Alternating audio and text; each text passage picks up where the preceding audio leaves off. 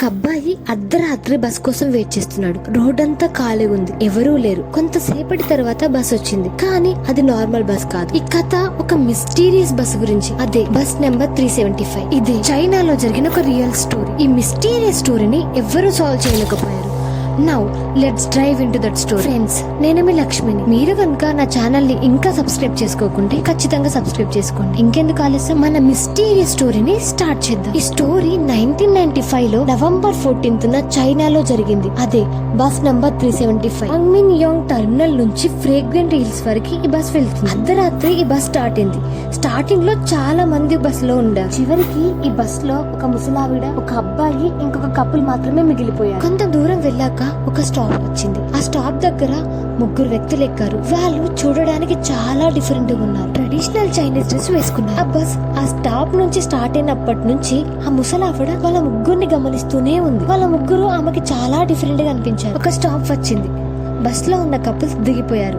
ఇప్పుడు ఆ బస్ లో ఉంది ఒక అబ్బాయి, ఇంకా ముసలావిడ, ఇంకా ఆ 3 స్ట్రేంజ్ పర్సన్స్ మాత్రం. ఒక్కసారిగా ఆ ముసలావిడ తన పక్కన కూర్చున్న అబ్బాయి పైకి కేకలేసి, ఈ అబ్బాయి నా పర్స్ దొంగలించాడు అంటూ. దానికి ఆ అబ్బాయి షాక్ అయ్యి, నేనా, నీ పర్స్ ఎక్కడ ముట్టాను, నేను పక్కనే ఉన్నా కదమ్మా అని అంటాడు. కండక్టర్ వచ్చి వాళ్ళిద్దరిని కాంప్రమైజ్ చేయడానికి ట్రై చేస్తుంది, కానీ ఆ ముసలావిడ అస్సలు వినదు. తను ఏమంటుందంటే, బస్ ఆపండి, నేను దిగిపోతా. ఈ అబ్బాయిని నేను పోలీస్ స్టేషన్ కి తీసుకెళ్లాలి. ఇతని పైన నేను కంప్లైంట్ చేస్తా. బస్ ఆపండి అని గట్టిగా అరుస్తుంది. అప్పుడు ఆ డ్రైవర్ చేసేదేం లేక బస్ ఆపుతాడు. అప్పుడు ఆ ముసలావిడ ఇంకా ఆ అబ్బాయి ఇద్దరు బస్ నుండి దిగిపోతారు. ఆ అబ్బాయి కోపంగా, ఏంటమ్మా, నేను నీ పక్కనే కూర్చున్నా కదా, నా పైన అలా ఎలా చెప్పావు, నేను అసలు నీ పర్సే ముట్టలేదు అని కోపంగా అరిచాడంట. అప్పుడు ఆ అమ్మమ్మ ఏం చెప్పుద్దంటే, ప్రాణం కాపాడడానికి ఇలా చేశాను. ఆ అబ్బాయికి కోపం వచ్చేసి, ఏంటి, నువ్వు నా ప్రాణం కాపాడడానికి నన్ను పోలీస్ స్టేషన్ కి తీసుకెళ్తున్నావా అమ్మా అని కోపంగా అనేస్తాడంట. అప్పుడు ఆ అమ్మ ఏం చెప్పిందంటే, మన బస్ లో ఉన్న ఆ 3 మనుషులు కాదు. వాళ్ళ డ్రెస్లు గాల్లో ఎగిరినప్పుడు నేను వాళ్ళనే గమనించా.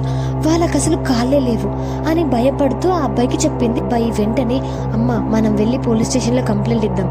ఎందుకంటే బస్ లో ఇంకా డ్రైవర్, కండక్టర్ ఉన్నారు, పాపం వాళ్ళకి ఏమైనా అవ్వద్దేమో అని చెప్పేస్తాడు. ఆ అబ్బాయి, ముసలావిడ ఇద్దరు పోలీస్ స్టేషన్ కి వెళ్తారు. కానీ ఈ స్టోరీ విన్న పోలీసులు నమ్మరు. సరే, ఇప్పుడైతే మీరు ఇంటికి వెళ్ళండి, మార్నింగ్ కేసు రిజిస్టర్ చేద్దామని చెప్పేసి వాళ్ళిద్దరిని ఇంటికి పంపించేస్తారు. నెక్స్ట్ డే అనుకుందే నిజమవుతుంది. అదే బస్ నెంబర్ 375 మిస్ అవుతుంది. ఫ్రేగ్రెంట్ హిల్ టర్మినల్ లో పానిక్ మొదలైంది. చివరిగా ఆ బస్ కనిపించింది ఆ లాస్ట్ స్టాప్ వద్ద. కానీ ఆ స్టాప్ అయిపోయాక అది బస్ స్టాప్ కి వెళ్ళలేదు, ఇంకో బస్ స్టాప్ కి వెళ్ళలేదు, మాయమైపోయింది. అసలు ఈ బస్ ఎక్కడికి వెళ్ళింది ఎవ్వరికీ అర్థం కాలేదు. పోలీసులు వెతికిన తర్వాత 100 కిలోమీటర్ల దూరంలో గదిలో తేలుతూ కనిపించింది. ఇక్కడ షాకింగ్ విషయం ఏంటంటే, బస్ లో ఉన్న ఫ్యూయల్ ట్యాంక్ ఖాళీగా ఉంది. కానీ విచిత్రం ఏంటంటే, ఫ్యూయల్ ట్యాంక్ లో బ్లడ్ ట్రేసెస్ కనిపించాయి. బస్ లో 5 డెడ్ బాడీస్ కనిపించాయి. ఒకటి డ్రైవర్, ఇంకొకటి కండక్టర్, మిగతా 3 డెడ్ బాడీస్ ఆ స్ట్రేంజ్ పర్సన్స్. ఇక్కడ ఇంట్రెస్టింగ్ విషయం ఏంటంటే, డ్రైవర్ ఇంకా కండక్టర్ యొక్క డెడ్ బాడీస్ నార్మల్ కండిషన్ లోనే ఉన్నాయి, కానీ మిగతా 3 యొక్క డెడ్ బాడీస్ మొత్తం డీకంపోజ్ అయి ఉన్నాయంట. ఇక్కడ మనం ఇది అర్థం చేసుకోవడానికి ట్రై చేద్దాం. ఒక్క రాత్రిలోనే చనిపోయిన వాళ్ళ బాడీస్ అలా ఎలా డికంపోజ్ అవుతాయి? ఇంకొకటి, బస్ లో ఫ్యూయల్ లేకుండా 100 కిలోమీటర్స్ పై వరకు ఎలా వెళ్ళింది? ఇంకో మిస్టీరియస్ థింగ్ ఏంటంటే, ఫ్యూయల్ ట్యాంక్ లో బ్లడ్ ఎలా వచ్చింది? ఇవన్నీ ఆన్సర్స్ లేని క్వశ్చన్స్.